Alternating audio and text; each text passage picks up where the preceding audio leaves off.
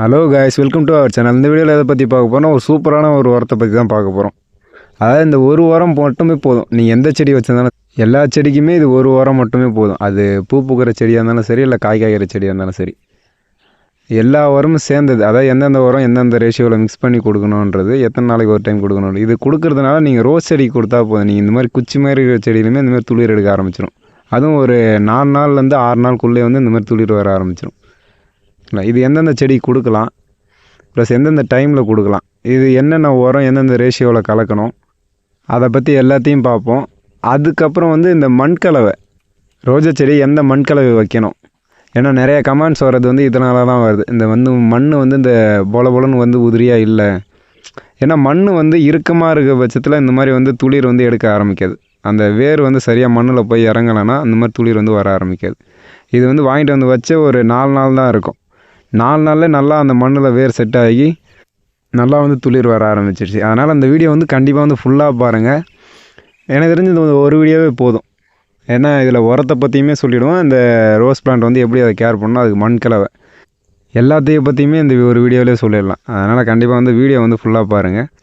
இந்த மாதிரி வந்து எல்லா செடியுமே இது இப்போ தான் வாங்கிட்டு வந்து வச்சதுன்னு வச்சிங்களேன், ஒரு வாரம் தான் இருக்கும் இந்த மாதிரி துளிர் வர வைக்கிறது. ஆனால் இது வந்து நம்ம ஒரு வாரம் தான் ஆகிறதுனால வந்து எந்த ஒரு உரமும் கொடுக்கல. இந்த துளிர் எதனால் வந்துச்சுன்னா நம்ம யூஸ் பண்ண மண் கலவையிலே, சரிங்களா. இதுக்கு வந்து உரம் வந்து அடிஷ்னலாக இது வரைக்கும் எதுவும் கொடுக்கல, இதுக்கப்புறம் தான் கொடுக்க போகிறது. ஏன்னா மினிமம் ஒரு வாரத்துலேருந்து ஒரு 10 நாளுக்கு அப்புறம் தான் நட்டு உரம் கொடுக்க ஆரம்பிக்குது. இது பார்த்திங்கன்னா நம்ம யூஸ் பண்ண மண் கலவையிலே அந்தளவுக்கு க்ரோத் வர ஆரம்பிச்சிருச்சு. இப்போ வர க்ரோத்தை ஃபுல்லாக வந்து நம்ம அந்த வர பூவாக மாற்றணும். அதுக்கு தான் இப்போ இந்த உரத்தை வந்து ரெடி பண்ண போகிறோம். அது இல்லாமல் வந்து செடியும் கொஞ்சம் டெவலப் ஆகணும். டெவலப் ஆனால் தான் அடுத்து வந்து ஸ்டெம்மு பெருசாகி பிரான்ச்சஸ் அதிகமாக வர ஆரம்பிக்கும். இந்த மாதிரி எந்த அளவுக்கு ஸ்டெம்மு பெருசாகி இந்த மாதிரி நிறையா பிரான்ச்சஸ் வருதோ, நீங்கள் கட் பண்ணி விட எல்லாத்துலேயுமே வந்து இந்த மாதிரி மொக்க வைக்க ஆரம்பிச்சிடும். அதனால் ஃபஸ்ட்டு வந்து நட்டு ஒரு வாரத்துக்கு வந்து எந்த ஒரு உரமுமே கொடுக்க தேவையில்ல. யூஸ் பண்ணுற மண்கலை வந்து கரெக்டாக இருந்துச்சுன்னா அந்த மண்கலையிலே உங்களுக்கு வந்து நல்லா க்ரோத் வரும், சரிங்களா. அதுக்கு என்ன மாதிரி மண்கலை யூஸ் பண்ணணும், அந்த மண் வந்து பொலன்னு வந்து ஃபஸ்ட்டு வந்து இறுக்கமாக இருக்கக்கூடாது. எல்லாருமே வந்து இந்த செம்மண் யூஸ் பண்ண சொல்லுவாங்க பார்த்தீங்களா. ஃபுல் அண்ட் ஃபுல் செம்மண் யூஸ் பண்ணுங்க, கண்டிப்பாக வந்து செடி வந்து க்ரோத்தே வராது. அதுக்காக வந்து செம்மண்ணை யூஸ் பண்ணக்கூடாதுன்னா இல்லை, அதுக்கான ரேஷியோ ஒன்று இருக்குது. நீங்கள் ஃபுல் அண்ட் ஃபுல் செம்மண் நட்ட செடியிலையும் நீங்கள் சப்போஸ் நட்டுருந்தாலுமே அதை போய் வாட்ச் பண்ணி பார்த்தீங்கனாலே தெரியும். அந்த மண் வந்து ஒரு மாதிரி டைட்டாக வந்து இறுக்கமாக பிடிச்சிட்டே இருக்கும். அது ஒரு மாதிரி லூஸாகவே அந்த பொலன்னே இருக்காது. நீங்கள் சப்போஸ் அதையும் வந்து நீங்கள் எதாவது கிண்டி விட, அந்த மண்ணை வந்து கிளறி விட பார்த்தீங்கன்னா ஒரு மாதிரி ஒட்டிக்கிட்டே வரும். இல்லை ரொம்ப காஞ்சி போனால் தான் அந்த மண் வந்து லூஸ் ஆக ஆரம்பிக்கும். அதனால் அந்த மாதிரி ஃபுல் அண்ட் ஃபுல் செம்மண்ணே யூஸ் பண்ணக்கூடாது. மண் வந்து இறுக்கமாகிடும், வேர் வந்து கீழே ரூட் டெவலப்மெண்ட் ஆகாது. அப்படி ரூட் டெவலப்மெண்ட் ஆகலனாலே நீங்கள் என்ன தான் உரம் கொடுத்தாலுமே செடியோட க்ரோத் வந்து அந்தளவுக்கு இருக்காது. அதனால் மெயின் வந்து ரோஸ் செடியை பொறுத்த வரைக்கும் நீங்கள் நட போகிறீங்கன்னா அந்த மண்கலவிலே நீங்கள் வந்து பாதி க்ரோத்தை வந்து கொண்டு வந்துடலாம். அதுக்கு என்னென்ன மாதிரி மண் யூஸ் பண்ணணும், இது இப்போ பார்த்தீங்களா, இது வந்து லைட்டாக அப்படியே கிண்டன உடனே அப்படியே பொலன்னு வருதா. இதுலேயுமே செம்மண் யூஸ் பண்ணியிருக்கு.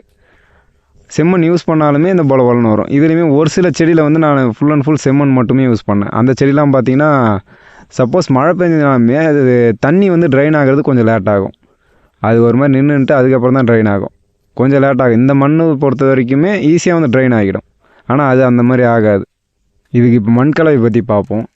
ஒரு 100% மண்கலவை வச்சு நம்ம கணக்கு பண்ணிப்போம். இப்போ 100% மண்கலவைக்கு எந்தெந்த ரேஷியோவில் எது எடுக்கணும்னா ஒரு 30% வந்து செம்மண், 100%ல் 30% செம்மண் எடுத்துக்கிட்டு மீதி வந்து ஒரு 50% வந்து நீங்கள் இந்த வெர்மி கம்போஸ்ட்டு இது இருந்தாலும் எடுத்துக்கலாம். அப்படி இல்லை, வெர்மி கம்போஸ்ட் இல்லாத பட்சத்தில் தொழு உரம், அதாவது மாட்டோட தொழு உரம் இருந்தாலும் சரி, இல்லை ஆட்டோட தொழு உரம், அந்த மாதிரி வந்து நல்லா மக்கி போயிருக்கிற தொழு உரம் எடுத்துங்க 50%.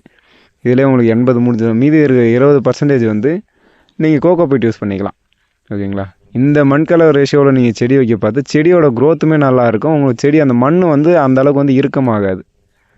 நீங்கள் கண்டிப்பாக இதை யூஸ் பண்ணி பார்த்துட்டிங்கன்னா அதுக்கப்புறம் ஃபுல் அண்ட் ஃபுல் இந்த மண்கலவையிலே தான் வைப்பீங்க. இப்போ இந்த மண்கலவைக்கும் ஃபுல் அண்ட் ஃபுல் செம்மண்ணில் நட்ட ஒரு செடி இப்போ காட்டுறேன். அதுக்கு இதுக்கும் டிஃப்ரெண்ட் பார்த்தீங்கன்னா உங்களுக்கு தெரியும். செடியோட க்ரோத் நல்லாவே இருக்கும். ஆனால் இது பார்த்தீங்கன்னா ஒரு மோஸ்ட்லி ஒரு 70% செம்மண்ணில் தான் நட்டுருக்கேன். இதோட க்ரோத் பார்த்தீங்கன்னா உங்களுக்கு அந்த மண் வந்து கிளற பார்த்தே தெரியும் பாருங்கள், நல்லா இறுக்கமாகவே இருக்கும் அது பார்த்த உடனே. அதனால் மண்கலவை ரேஷியோன்றது வந்து முக்கியம். நான் சொன்ன இந்த மண்கலவை ரேஷியோ யூஸ் பண்ணி பார்த்தா ரிசல்ட் எப்படின்னு கண்டிப்பாக கமெண்ட் பண்ணேன். ஏன்னா நான் யூஸ் பண்ணுற எல்லா செடியுமே வந்து இந்த மண்கலவை தான். அதனால் ரிசல்ட் வந்து சூப்பராகவே இருக்கும், ஓகேங்களா. அந்த மண்ணோட கலரை பார்த்தாலே உங்களுக்கு தெரியும். ஓகே, இப்போ இதுக்கு வந்து அடுத்தது உரத்தை பற்றி பார்ப்போம். ஏன்னா இது மண்கலவை ரேஷியோ சொல்லியாச்சு. அதேமாதிரி தண்ணி ஊற்றுற அளவும் பார்த்திங்கன்னா அந்த மண்ணை பொறுத்து மாறும், ஓகேங்களா. தண்ணி ஊற்றுறது நிறைய பேர் கமெண்ட் பண்ணி கேட்டுட்ருக்கீங்க. அது வந்து மண்ணில் எந்த அளவுக்கு ஈரப்பதம் பொறுத்து அந்த அளவுக்கு தண்ணி ஊற்றணும். அது நான் ஆல்ரெடி 2-3 வீடியோவில் சொல்லியிருப்பேன்னு நினைக்கிறேன். மண்ணில் எந்த அளவுக்கு ஈரம் இருக்கணும், நம்ம எத்தனை நாளைக்கு ஒரு டைம் தண்ணி ஊற்றணுன்ட்டு. தினமுமே தண்ணி ஊற்றணும்னு கூட இல்லை, இல்லைங்களா? மண்ணோட ஈரத்தை பொறுத்து தண்ணி ஊற்றணும். இப்போ இதுக்கான உரத்தை பற்றி பார்த்துருவோம். உரம் ரெடி பண்ணது மேக்ஸிமம் எல்லாத்தையுமே வீட்டில் வச்சு ரெடி பண்ணிடலாம். அதிகபட்சம் ஒரு செடிக்கு பார்த்திங்கன்னா ஒரு 2 ரூபாயிலேருந்து 3 ரூபாக்குள்ளே தான் செலவாகும். ஓகே, அது என்னன்னு கேட்டிங்கன்னா நம்ம வந்து கடுகு தான், அதாவது நார்மலாக நம்ம வீட்டுக்கு யூஸ் பண்ணுற கடுகு தான். இதுக்குன்னு தனியாக வாங்க தேவையில்லை. இது வந்து நார்மலாக நம்ம வீட்டுக்கு பொதுவாக யூஸ் பண்ணுறது. இதுவே ப்ளைன் கடுகுன்னு அதுவும் தனியாக இருக்குது, ஓகேங்களா? அதில் அந்த உளுத்த பருப்புலாம் கலந்துருக்கும், அது வீட்டுக்கு யூஸ் பண்ணுறது. இந்த கடுகு பார்த்திங்கன்னா இதில் எதுவுமே கலந்துருக்காது, வெறும் கடுகு மட்டும்தான் இருக்கும். நீங்கள் இதை தான் வாங்கி யூஸ் பண்ணணும் இல்லை, இது நான் வாங்கிட்டு வந்திருக்கேன், இதுவுமே யூஸ் பண்ணிட்டு தான் இருக்கேன். நாம் பொதுவாக இப்போ இந்த கடுகே எடுத்துப்போம். ஆல்ரெடி கடுகை பற்றி ஒரு 2-3 வீடியோ டீட்டெயிலாகவே போட்டிருக்கேன், அதோட ரிசல்ட்டை பற்றியுமே. நாம் இதை மட்டும் இன்றைக்கி ஆட் பண்ண போகிறதில்ல. நான் ஃபஸ்ட்டு வீடியோவில் ஸ்டார்டிங்கில் சொன்ன மாதிரி தான், இந்த ஒரு உரமே போதும். நம்ம வந்து எல்லா NPKவில் வந்து எல்லா சத்தையுமே கவர் பண்ணிடலாம். அதுக்கு எந்தெந்த உரம் அடிஷ்னலாக மிக்ஸ் பண்ணுறோன்றது எல்லாத்தையும் பார்த்துட்டு வந்துடும். நான் வந்து இப்போ ஒரு 20 செடி பக்கம் எடுத்திருக்கேன். அதுக்கு நான் ஒரு 2 கைப்பிடி அளவு வரும்னு வச்சிங்களேன். அந்த கடுகு எடுத்து நல்லா வந்து அரைச்சி எடுத்துக்குவோம். இடையிலே வந்து இந்த கடுகு தானே அரைச்சி கொட்டணுமான்னு சொல்லிட்டு வீடியோ வந்து தள்ளி விட்டு போயிடுங்க. இதில் வந்து அடிஷ்னலாக வந்து இன்னும் உரம் எக்ஸ்ட்ரா வந்து ஆட் பண்ணணும். அதாவது நம்ம எல்லா உரத்தையும் தனித்தனியாக கொடுக்குறதோட ஒரே உரமாக பவுடர் ஃபார்மெட்டில் கொடுக்க பார்த்து நீங்கள் அடிஷ்னல் லிக்விடும் இதிலே கொடுத்துடலாம். அதுக்கு அடுத்த வாரம் ஒரு 4 நாள் சேர்ந்து நீங்கள் லிக்விடு ஃபெர்டிலைசர் கொடுக்க பார்த்து எல்லாமே சேர்ந்து ரியாக்ட் ஆகும். உங்களுக்கு தனித்தனியாக கொடுக்க தேவையில்ல. அடுத்தது பார்த்திங்கன்னா முட்டை ஓடோட அந்த பவுடர், இதுவும் நல்லா காய வச்சு அரைச்சி நீங்கள் பவுடர் பண்ணி வச்சுக்கிட்டிங்கன்னா எத்தனை நாள் வேணாலும் யூஸ் பண்ணலாம் இது, ஓகேங்களா? இதையுமே இதில் ஒரு 4 ஸ்பூன் பக்கம் கலந்துக்கிறேன். ஃபஸ்ட் முட்டையில் யூஸ் பண்ணாதவங்க என்னென்னு கேட்டிங்கன்னா வாழைப்பழத்தூள், அதனால் காய வச்சு பொடி பண்ணி அதை கூட யூஸ் பண்ணிக்கலாம். இதில் நம்ம வாழைப்பழத்தூள் ஆட் பண்ண போகிறதில்ல, ஓகேங்களா? மேக்ஸிமம் வந்து இந்த ஓரளவுக்கு எல்லா உரத்தையும் சேர்த்து கவர் பண்ணிடலாம். இந்த உரமே போதுமானதாக இருக்கும். நல்லா வந்து கலந்துக்கிட்டுங்க. இந்த அளவு வந்து நல்லா ரெண்டுமே மிக்ஸ் ஆகிற அளவு கலந்து விட்டுக்கிட்டு இப்போ அதுக்கு அடுத்தது என்ன ஆட் பண்ண போகிறேன்னா காஃபி தூளை பற்றி நான் தனியாக சொல்ல வேண்டியதில்லைன்னு நினைக்கிறேன். நைட்ரஜன் கண்டென்ட் நிறையா இருக்கிற ஒரு பொருள் எது கேட்டிங்கன்னா ரோஜா செடி காஃபி தூள் தான். காஃபி தூள், டீ தூள் எது வேணாலும் கொடுக்கலாம். இது எல்லா ஃபார்மெட்லேயுமே கொடுக்கலாம், ஓகேங்களா? இது வந்து நாம் இந்த புதுசு தான் யூஸ் பண்ணணும் இல்லை, யூஸ் பண்ணதை கூட ஆல்ரெடி வீட்டில் டீ போட்டு அது மாதிரி யூஸ் பண்ணதை கூட யூஸ் பண்ணலாம். நான் இப்போதைக்கு இன்ஸ்டண்ட்டாக போடுறதுனால இந்த ஒரு 2 பாக்கெட் வாங்கி கலந்து விட்டுக்கிறேன். இந்த செடியோட இலெல்லாம் பார்த்தீங்கன்னா லைட் க்ரீனில் இருக்கும், நல்லா டார்க்காக வராது. அதெல்லாம் பார்த்தீங்கன்னா இந்த நைட்ரஜன் கண்டென்ட் கம்மியாக இருக்கிறதுனால தான்.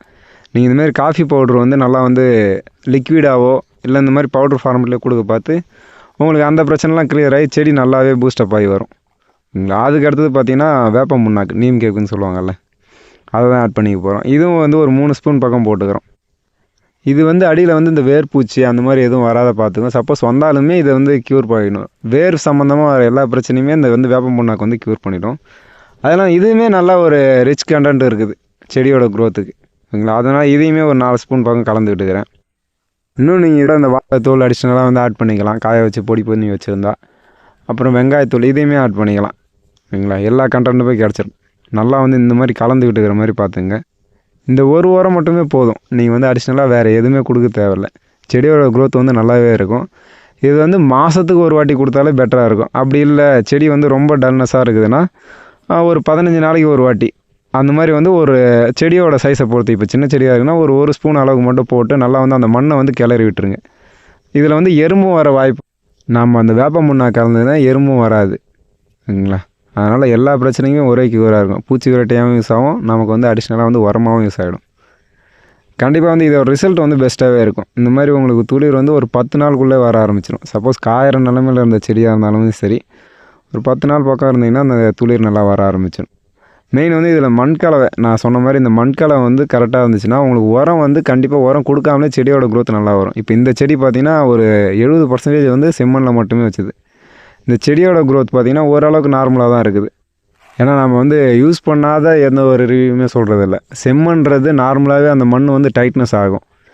அதை வந்து அளவாக செடியை கொடுத்தா தான் அதோட க்ரோத் வந்து கரெக்டாக இருக்கும். நீங்கள் வந்து ஃபுல் அண்ட் ஃபுல் செம்மண்லேயே நட பார்த்து ஓரளவுக்கு மேலே க்ரோத் அது டெவலப் ஆகாது, ஓகேங்களா? நான் சொன்ன இந்த வெர்மி கம்போஸ்ட் இல்லை இந்த மகனை அந்த தொழு உரம் அதெல்லாம் கொடுக்க பார்த்து உங்களுக்கு அடிஷ்னலாக வந்து உரமே நீங்கள் கொடுக்கலனாலுமே செடியோட க்ரோத் இந்த மாதிரி நல்லாவே வந்துட்டுருக்கும்.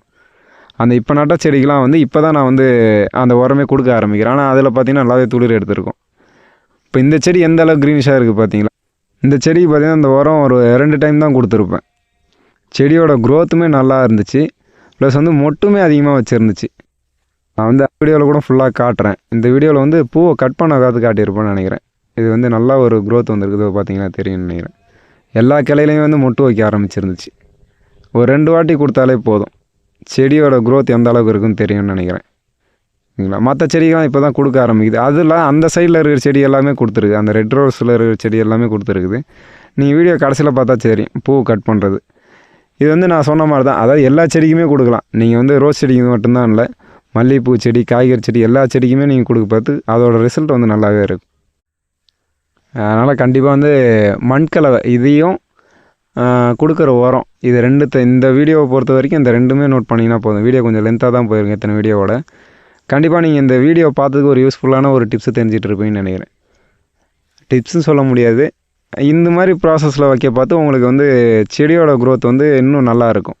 மண் எந்த அளவுக்கு பலபலன்னு இருக்குது பார்த்தீங்களா? இந்த அளவுக்குள்ள இருந்தாலே செடி வந்து ரூட் வந்து நல்லாவே டெவலப் ஆகும். இந்த செடி வச்சு ஒரு வாரம் தான் ஆகுதுன்னா நம்ப முடியாது. அது அந்த அளவுக்கு அதோட டெவலப்மெண்ட் நல்லாவே இருக்குது. சரிங்களா? அதனால் மண்கலவை முக்கியம். அதேமாதிரி என்ன தான் உரம் கொடுத்தாலுமே செடி வந்து பூ பூத்ததுக்கு அப்புறம் இந்த மாதிரி ஆனதுக்கப்புறம் கூட கட் பண்ணி எடுத்துருங்க. கட் பண்ணி எடுத்தால் மட்டும்தான் அந்த மாதிரி புது துளிர் வந்து நிறைய பிரான்ச்சஸ் வந்து வைக்க ஆரம்பிக்கும். அப்போ தான் அதுலேயும் வந்து மொட்டு வச்சு நிறையா பூ பூக்க ஆரம்பிக்கும். அதனால் எந்த செடியாக இருந்தாலும் பூ பூத்ததுக்கப்புறம் அதை வந்து ரிமூவ் பண்ணுறங்க. மல்லிகைப்பூ செடியாக இருந்தால் கவாத் பண்ணி விட்டுருங்க பூ பூத்து முடிஞ்ச உடனே. வீடியோ பிடிச்சிருந்தா லைக் பண்ணிட்டு அப்படியே சேனலை சப்ஸ்கிரைப் பண்ணுறேங்க. Okay, thank you.